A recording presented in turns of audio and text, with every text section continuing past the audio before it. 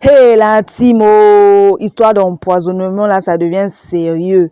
Des styles, la humoriste gabonaise nous explique son expérience sur l'empoisonnement. Hé, hé, je vous laisse écouter après mon cri de guerre. N'oubliez surtout pas de vous abonner et d'activer la cloche de notification. Je vous dis ciao, à la prochaine vidéo. Mouais. Chaque jour qu'on dort, qu'on se réveille, il y a de nouveaux dossiers. Les filles qui se cherchent, on se cherchait. Hein, on se cherchait, il faut dire la vérité. Ah, ok. Quand on se cherche, il faut se dire la vérité. Donc, tu arrives en boîte de nuit. Moi, j'avais pris Malibu Coca. Les autres DSP, des trucs comme ça, quoi. On sirote jusqu'au matin. Donc, si on n'a pas quelqu'un qui va nous dire que je vous offre à boire, bah, tu dis que oui, tu offres pour tout le bataillon qui est avec moi. Donc, c'était un peu comme ça. Et puis, quand on te donne ton verre de Malibu Coca, il faut savoir qu'il faut boire avec élégance parce que c'est jusqu'à 7 heures. Donc, tu fais comme ça. Tu mets seulement un peu la langue. Tu mets seulement un peu la langue pour savoir le goût du truc. Tu ne bois pas trop. Parce que si tu fais maintenant que tu n'es pas au bar, c'est au bar où tu enchaînes parce que la bière c'est 500. Mais le Malibu Coca que c'est 5000. Tu ne peux pas boire ça aussi comme une folle. Il faut te comporter. Voilà. Donc c'est comme ça qu'on buvait à l'époque. Donc on est en train de danser, on est en train de danser, on est en train de danser, on est en train de danser et tout. On est dans le show. Je m'inquiétais pourquoi. Toutes celles qui sont autour de moi là, ce sont mes sœurs. Ce sont mes amis.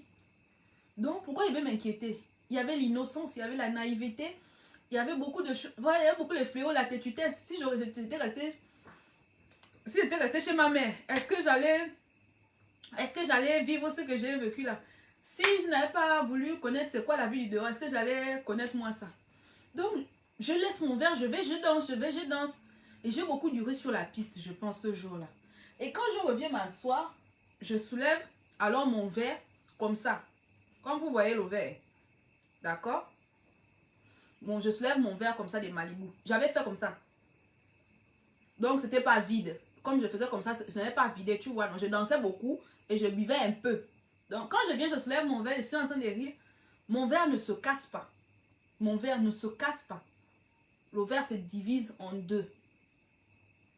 Donc, je reste avec la partie du haut et l'autre partie est tombée. Mon verre ne s'est pas cassé. Hein. Quand tu soulevais l'autre partie, là, c'était rond comme ça. Ça ne s'est pas cassé, mais le verre s'est divisé en deux. Quand j'ai pris le verre entre mes mains. D'accord? Et le bas est tombé. Je suis restée avec l'autre moitié. Bon, je suis naïve. J'étais naïve à cette époque. Moi, je veux dire quoi? Peut-être le verre avait peut-être une fissure. Et puis, ça s'est achevé entre mes mains. Et puis, je ne sais pas, mais je n'ai pas mis d'accentuation sur si quelqu'un a mis quelque chose dans mon verre. Si quelque chose a fait dans mon verre. Ou quoi que ce soit, en fait. Moi, je n'ai... Donc, moi, dans ma tête, franchement, en toute sincérité, je me suis dit que le verre avait une anomalie, une maladie ou quoi que ce soit. Et puis, ça s'est cassé. Donc, c'est même moi qui prends l'autre morceau en haut là, qui met dans la pelle de la serveuse et elle part avec l'autre. Bon, moi, je n'ai pas prêté attention. Et je n'ai même pas prêté attention à regarder les visages de qui que ce soit. S'il y a quelqu'un qui était triste, s'il y a quelqu'un qui était frustré, s'il y a quelqu'un qui pense que son coup s'est achevé ou quoi que ce soit. Je n'ai pas tout regardé ça. Enfin, ce sont mes soeurs qui sont là. Donc, je retourne danser. Je n'ai plus de boisson. Donc, je vais se mettre à danser beaucoup, beaucoup. Et puis, il y a un tonton qui va me dire que je vous offre à boire. Il va voir que je transpire trop. Il va me dire que vous avez chaud. Je vous offre à boire et tout. Et tout. Donc, je continue, moi, à danser. Moi, je suis allée aux toilettes. Et là, vous savez que les filles qui font la vie, qui sortent beaucoup le soir, qui se cherchent, quoi. Il y a toujours une maman, pour elle, ça n'a pas été facile. Elle n'a pas retrouvé son bonheur. Donc, elle continue. Tu es inconsciente. J'étais inconsciente. J'étais très, très jeune. Hein. Je n'avais pas l'âge que j'ai. J'étais très, très jeune. Donc, je pars aux toilettes et je disais quoi? Donc, les mamans, comment on appelle ça? Les mamans, tu vois, elles se cherchent toujours. Elle est toujours avec les jeunes générations. Elle n'a pas encore trouvé son bonheur. Dieu ne lui a pas encore béni de son bonheur et tout. Donc, une maman, mais sexy, hein, mais tu sens que le front est dur, ici c'est dur quoi. Quand tu connais comme ça, c'est dur, c'est une ancienne. Elle est dans le métier depuis, hein. Elle est là depuis. Donc la maman me suit aux toilettes. Maman chérie, je ne contrôle pas comment je parle, ça sort comme ça sort. Maintenant si mon accent vous dérange là, pardon, laissez-moi raconter mon histoire. Donc, je pars aux toilettes et la maman me suit. Et la maman, quand elle me suit, elle me dit, ça va? J'ai dit, oui, maman, ça va. Elle me dit, tu as vu ce qui s'est passé tout à l'heure? J'ai dit, quoi, c'est maman? En plus, il y a le bruit de la musique, tu vois. Donc, elle me tire dans les toilettes. Elle dit, ah, elle veut me violer ou quoi? Donc, je l'ai quand même suivi poliment parce que ça se voit que c'était une maman, mais bien en forme, hein, bien en forme. C'est seulement son front qui est dur. Mais tu sens que c'est une maman, quoi. Et puis, elle faisait le crayon comme ça. C'est ça qui fait que c'est une maman. Donc, elle me tire aux toilettes. Elle me dit, tu as vu ce qui s'est passé avec ton verre? Je dis, ah oui, mon verre s'est cassé, maman. Je l'appelle maman, c'est le respect. Elle me dit, ah oui. Elle me dit, la façon dont ton verre s'est cassé, c'est pas normal. J'ai dit, comment ça, maman? Elle dit, non, c'est pas normal. Fais attention avec les gens qui sont sur ta table. Un verre qui devait se casser, tout le verre allait tomber de tes mains. Mais ton verre s'est divisé en deux, tu es resté avec une autre partie. Et on ne voit même pas que le verre est cisaillé ou quoi que ce soit. Mais ça s'est divisé en deux. Fais très attention avec qui tu es sur la table. J'ai dit que une maman qui ne connaît pas d'Adam ou d'Ève, on se croit souvent là, on se tamponne souvent là dans le goudron, dans nos talons, dans nos choses, des choses, des groove. Donc, je n'ai pas pris en considération parce que je me dis, je connais plus mes copines que la maman en question, tu vois. J'ai dit d'accord, mais par respect, non mais ça, je n'ai pas besoin de le dire, tout le monde le sait, je suis très très respectueuse envers mes aînés et tout ça. J'ai dit oui maman, je l'ai massé la main, elle dit maman, j'ai compris, je vais faire attention. Mais moi dans mon cœur, mes copines ne peuvent rien me faire. Ce sont mes sœurs du goudron, mes sœurs que la rue m'ont donné. N'est-ce pas, c'est passé, le temps est passé, les années sont passées. Et là, il y a eu le moment où je voulais faire l'enfant parce que j'étais en couple, où j'enchaînais les fausses couches, machin. Et j'ai commencé à chercher. À un moment, j'ai désespéré tellement que je suis allée me faire initier pour savoir pourquoi je n'arrivais pas à avoir aussi l'enfant. À la base, je pars me faire initier pour savoir pourquoi je ne fais pas d'enfant. Si mon ventre est bloqué. Oui, elle a vu beaucoup les... Maintenant, c'est lors de mon initiation que lorsque tu finis de manger, il y a une partie où tu vois des choses, machin, quand tu as consommé le bois sacré et tout ça. Et c'est là je vois la scène de comment... Non, si je vous dis la personne qui a versé sa petite flûte là, dans mon verre, c'est une personne avec qui je dors devant, elle dort derrière. Je dors devant, elle dort derrière. C'est que je l'appelais le sang de la côte de ma côte. Comment ça s'appelait? Ma quota de quota. C'est que j'ai vu, je suis partie pour voir si moi je ne fais pas les enfants parce que c'est Dieu ou parce que c'est quelqu'un qui a attaché mon ventre ou c'est comment. Mais c'est sorti là-bas. Dans sa petite bouteille, comment elle bouscule dans mon pauvre verre. Quand j'ai vu ça, déjà que traditionnellement on n'a pas le droit de pleurer. On n'a pas le droit de pleurer sur la natte. Ça m'a tellement fait mal. Si on m'aurait dit encore une autre personne, mais pas la veine de ma côte ou la côte de ma veine, ma quota. Ma quota.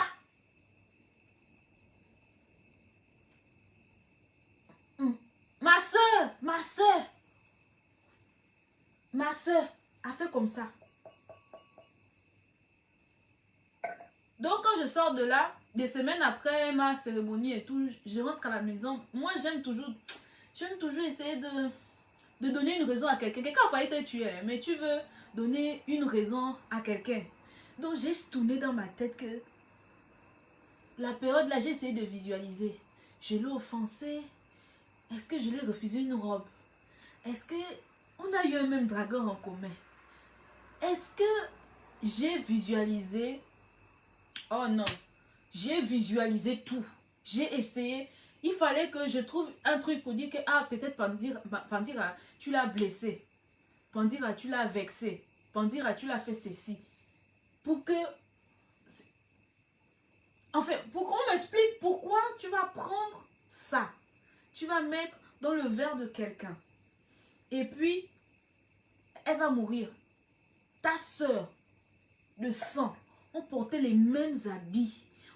Si tu me cherches, tu ne me trouves pas à travers elle, tu vas me trouver. je me suis dit, mais pendant des semaines, je me suis rendue malade, j'avais maigri tellement j'y réfléchissais que c'est un acte horrible en fait. C'est un acte horrible.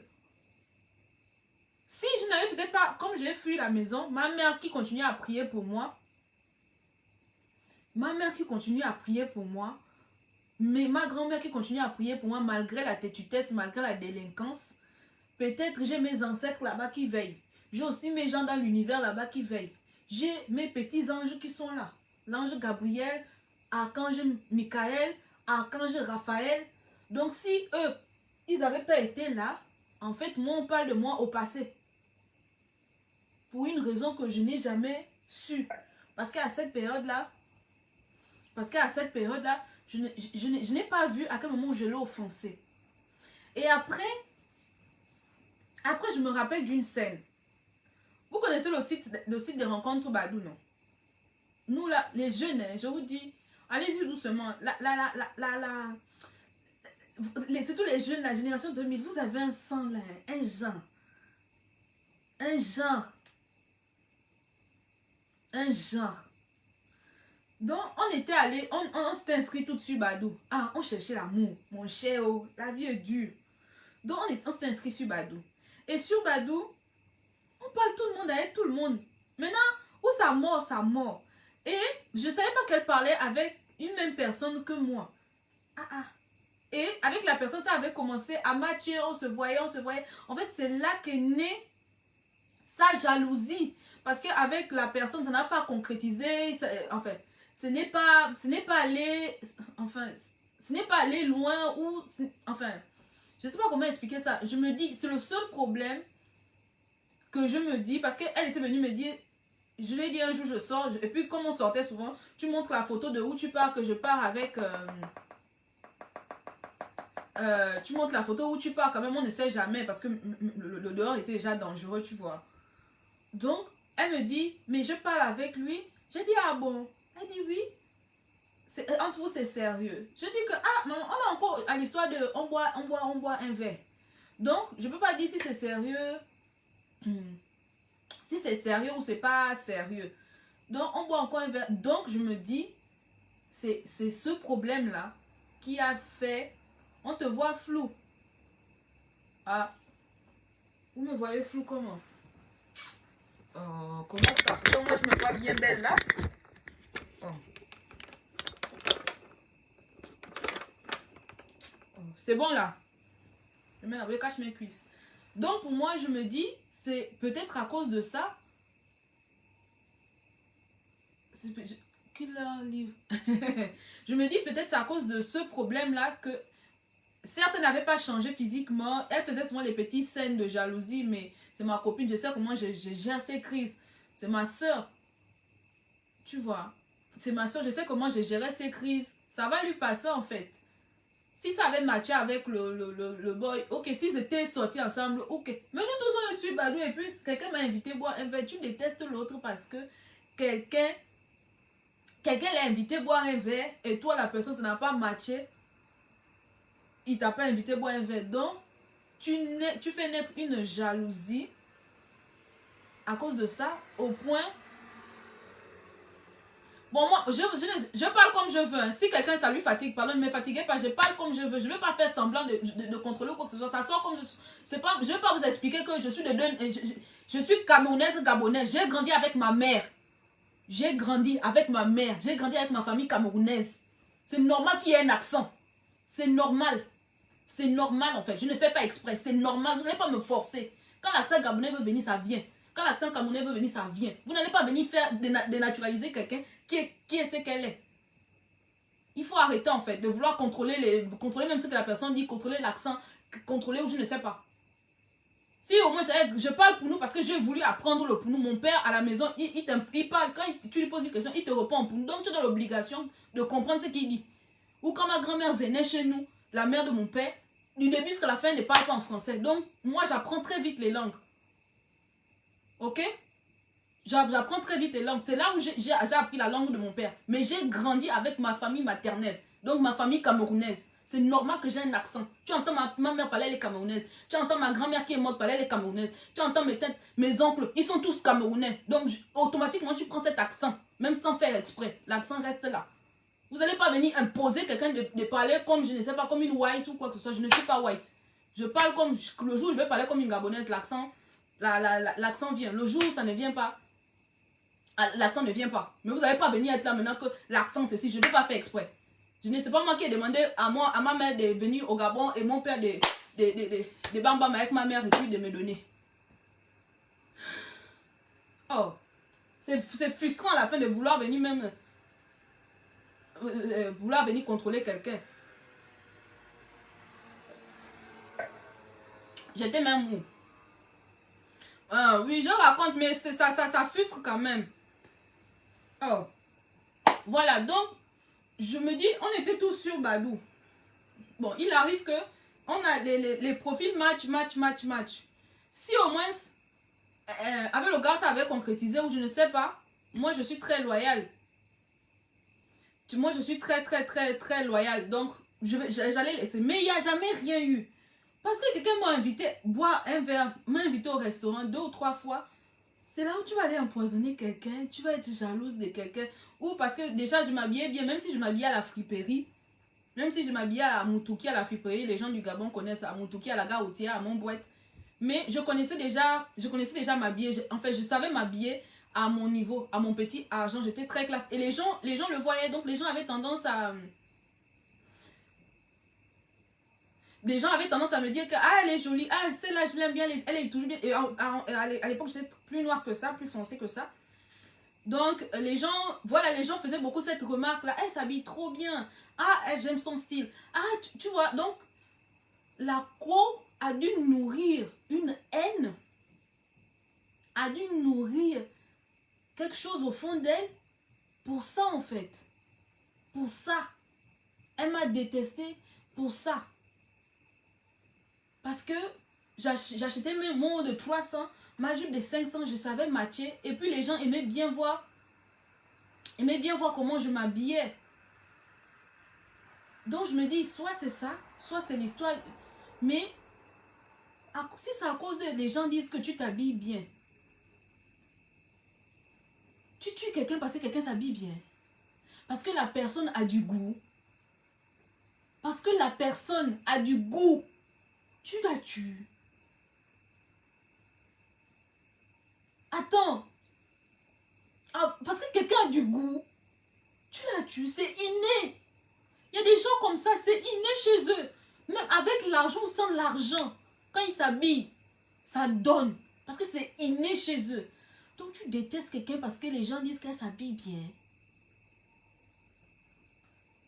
Donc tu détestes quelqu'un parce que ça a matché avec un gars, le gars veut l'avoir un peu plus et tout. Tu détestes quelqu'un pour ça. Jusqu'à aller acheter la petite bouteille de poison versée dans mon verre. Être conscient. Être conscient que ce que je verse là, ça va tuer quelqu'un.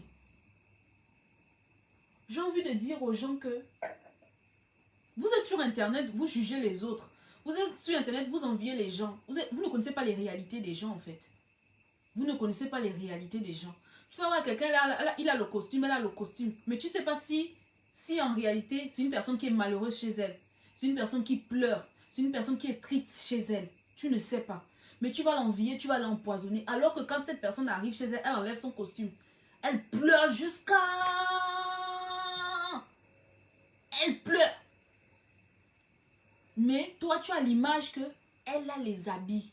Elle s'habille bien. Elle veut montrer quoi à qui? Elle veut montrer qu'elle connaît les habits. Tu tues.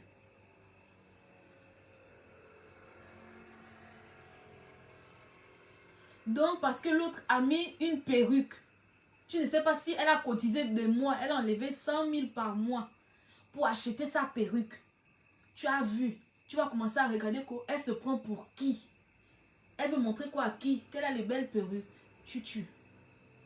Alors que la personne s'est sacrifiée pour payer sa perruque.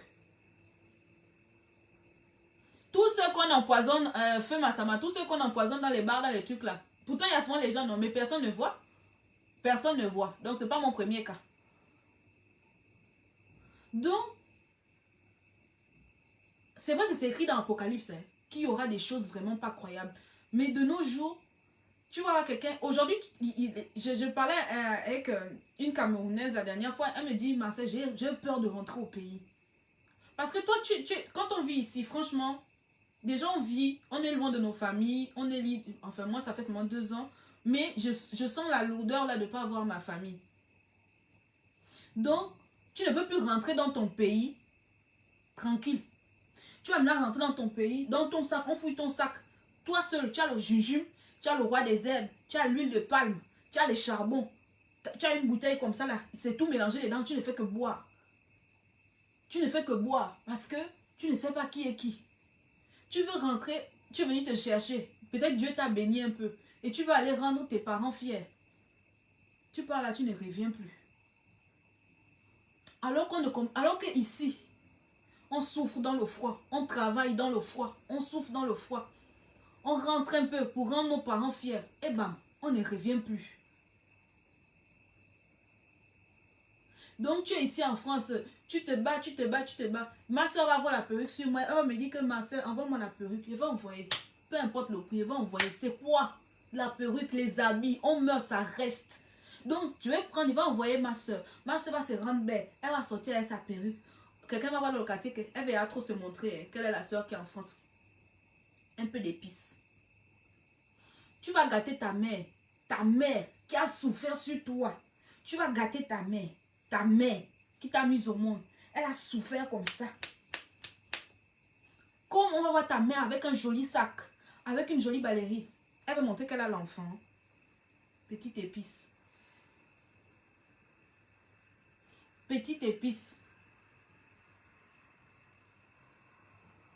On ne connaît pas l'histoire de quelqu'un, mais on tue. On ne connaît pas comment la personne, quelqu'un comme moi. Moi, quand j'étais à venir voir, je me vois encore à venir. Tu ne connais pas mon histoire, tu vas seulement voir qu'aujourd'hui elle porte les blazers. Mais tu ne sais pas d'où elle vient. Peut-être la personne a quitté très loin. Moi, je dormais à venir voir. Il pleut. Tu sauves le matelas. Tu mets sur la tête. Tu es maintenant assise sur le tabouret. L'eau ne fait que monter. Tu attends que la pluie cesse pour vider l'eau de la maison. Donc, parce que je porte un petit blazer, on va te haïr. On va te détester. On va te haïr. On va te détester. Jusqu'à vouloir un peu d'épices. Vous ne connaissez pas où la personne vient, ce que la personne a traversé. Peut-être c'est son petit moment que Dieu dit que voilà un peu ton petit moment de gloire. Ton petit moment, il essaie de te sortir un peu, de goûter un peu autre chose que la souffrance. Un peu d'épices. Nous ici on appelle ça l'épice. Un peu d'épices. Je me vois moi à Kingele. C'est un quartier très dangereux de Libreville. Je me vois moi à Kingele dormir dans le froid. Tu as froid parce que là, ici la planche, l'eau a déjà mouillé, donc ça se divise comme ça. Le voisin part. Tu guettes aussi le voisin, comment le voisin est en train de passer. On va te détester, mais tu ne connais pas d'où vient l'autre. Tu pars, tu tues. Tu pars comme ça, tu tues. Comme ça. Dernièrement, j'ai vécu quelque chose. Quelqu'un est venu me demander de l'aide. J'ai dit à la personne que je ne peux pas là. Laisse-moi, je finis avec la rentrée de mes enfants. Je pourrais, si j'ai un reste, je vais te donner. Mais pardon, patiente, je ne peux, quand j'ai, je donne. Parce que je ne suis pas née avec. Si je peux, je vais aider. Parce que la main qui donne, c'est la main qui reçoit. Ma mère m'a élevée comme ça. Ma grand-mère a élevé ma mère comme ça. Nous, on connaît donner, on connaît partager. Même préparer, quand on prépare, même parfois je suis seule ici, mais quand il prépare, tu as l'impression que je vis avec 50 000 personnes. Parce que c'est comme ça qu'on nous a élevés. Je dis à la personne que pardon, attends, je veux te donner, mais là je finis avec l'école de mes enfants. La personne, pour ne pas avoir donné, parce que je n'avais plus rien, la personne a tapé la poitrine, qu'elle va me détruire. Que je veux montrer quoi à qui? Qu'elle va me détruire. Qu'elle va me détruire pour 30 000 francs. 30 000. 1, 2, 30 000 francs. Que je me prends pour qui? Elle va me détruire pour 30 000 francs. 30 000. On parle d'une personne qui est à l'église tous les jours, du lundi au lundi. Du lundi au lundi, la personne à l'église. Quand la personne te parle, ça va être... Il est écrit dans Jérémie, tant de versets, tant à ça. Il est écrit de Apocalypse jusqu'à ça. Mais la personne a joué quand même me faire du mal à cause de mes 30 000 francs. Mes 30 000 francs où je souffre dans la fraîcheur. Je souffre dans la fraîcheur. La France n'est pas facile. Tu souffres dans la fraîcheur. Tu as les impôts. Tu as les CAF. Même CAF. L'URSSAF. Quand tu as une entreprise, tu as les URSSAF. Tu as les ceci. Tu as les cela à payer. Donc il faut joindre les deux bouts. Et essayer de dire que je suis parti ici pour souffrir parce que je veux quelque chose de meilleur dans mon pays. Parce qu'on va tous rentrer un moment. Personne ne veut vieillir ici. Moi, je ne suis pas là. Il me reste 2 ans. Après, il rentre chez moi. Donc, elle a tapé la poitrine, la main sur la Bible, qu'elle va me détruire pour 30 000 francs.